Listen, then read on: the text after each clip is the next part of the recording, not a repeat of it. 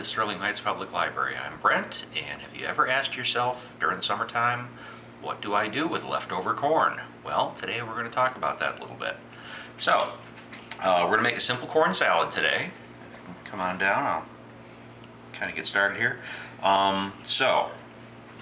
Leftover corn. Pretty easy to work with. Doesn't matter whether this is going to be, whether you've roasted it or grilled it, boiled it, steamed it, whatever. Works just fine either, any which way. So what we're going to do to get the kernels off of here, sometimes you'll see people do it this way. It's actually a little easier if you do it flat on the board. You don't wind up with stuff all over the place this way. So if you just kind of come in here and just run that blade down along the edge, it's going to come off like that. And then, if you turn the flat down, you don't have to worry about it rolling all over the place. About 4 or maybe 5 passes like this here.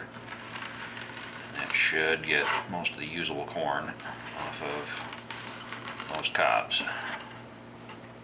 And then if you still want to get a little bit of the edge off of there, you can just kind of take the back of the blade, just run that down through there, and that gets some of those little bits off of there. Now, do you have to use corn on the cob? No, you don't. You can use canned or frozen, and they work just fine, but it's better this way.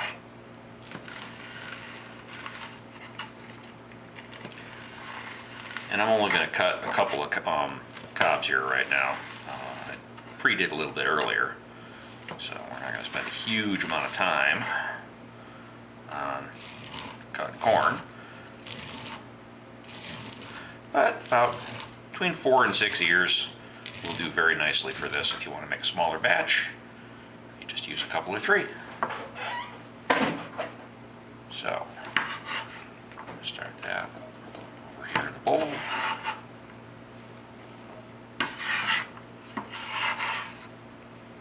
Like so. I did mention I pre-did a little earlier, so just add that up in there.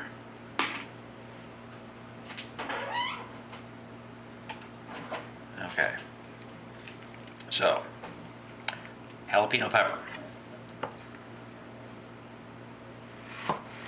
Take the sides off of this, and that's why I'm wearing the glove right now, because these things here can be a little interesting if you get careless. You don't want to rub your eye after you've been handling one of these things. Believe me, I've done it. It's not pleasant. Seeds off there. So, put those like that. Most of the heat of a jalapeno is going to be concentrated in the seeds and the ribs. So if you just use the walls, you'll get all the flavor and a lot less heat. If you like it hot, use the seeds. So, take that lengthwise and just turn it. Nice fine chop here.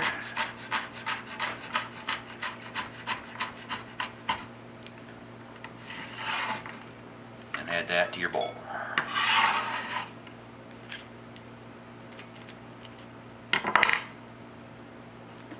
Bell pepper. Easiest way to do a bell pepper is using the whole thing. Take the bottom end off. Take the top end off, pop the stem out, get rid of that, and then you can just take this thing like this, and then just unroll it.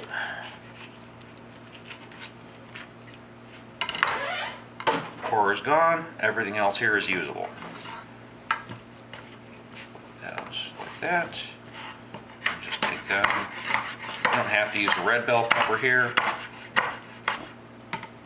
but using the red with the green and the yellow, you get lots of nice colors going on here, and this is not only tasty, it's pretty.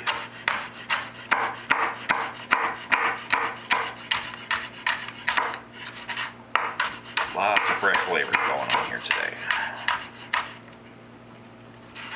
Turn that sideways. Just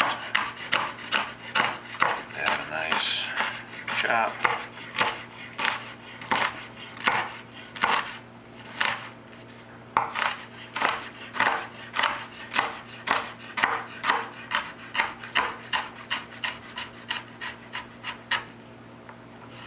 And in the bowl.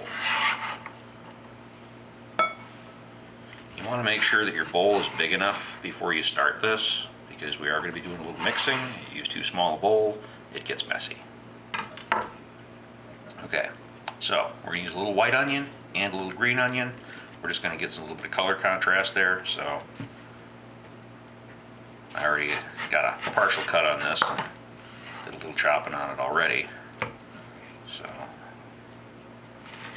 just going to get some slices of there.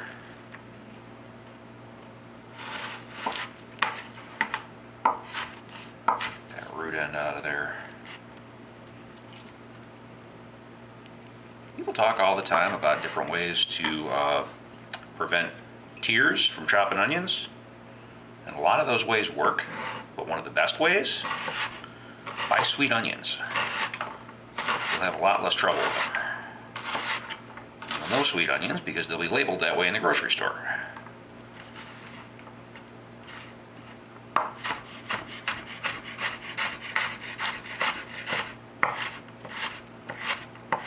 Also, sweet onions are a little bit less aggressive if you're using them raw. So if you want something that doesn't have quite so much oomph, use a sweet onion. And throw in that little bit that I already had chopped there too. Do the green onion. This is going to just add a little bit more color to this. A couple of different colors: green, white, yellow, red. This is going to have a lot of stuff going on here in a little bit.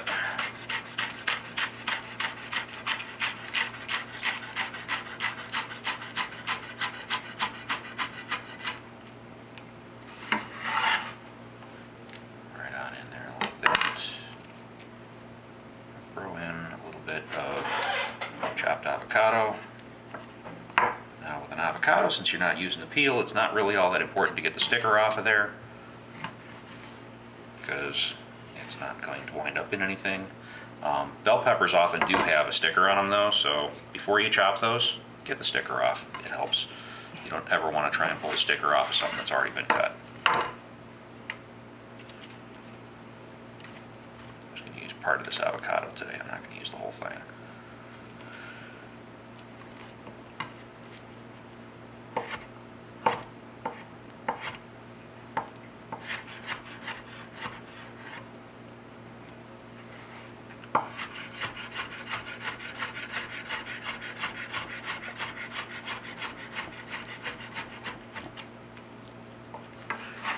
Certainly no reason you couldn't use the whole thing, but today we're going a little lighter on that. Cilantro. Now, if you can find the stuff that's still got a little bit of the root end on it, this stuff actually keeps longer in your refrigerator. Another thing you can do to make this keep a little bit longer is wrap it in a damp paper towel, not wet, damp, before you put it in the plastic bag and store it in the fridge. It will keep longer that way.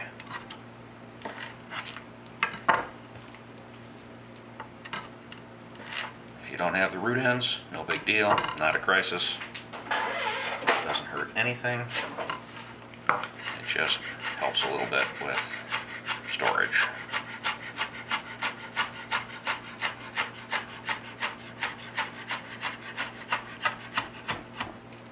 Doesn't have to be a super fine chop on this.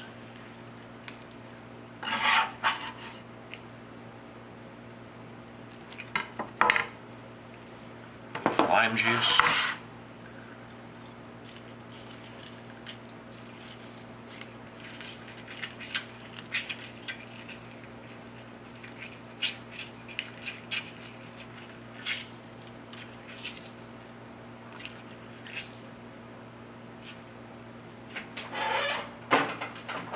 And almost forgot the salt.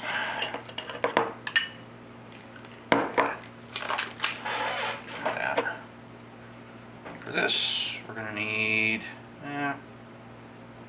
start off with about a half teaspoon of salt. That's not quite enough. We'll taste it. So, give this a little bit of a turn. See how the colors are coming together there.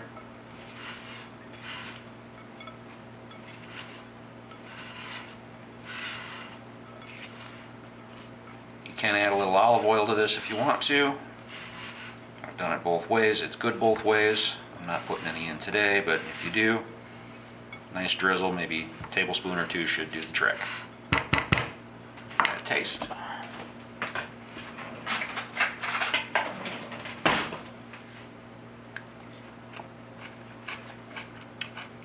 Pretty good. Simple summer corn salad.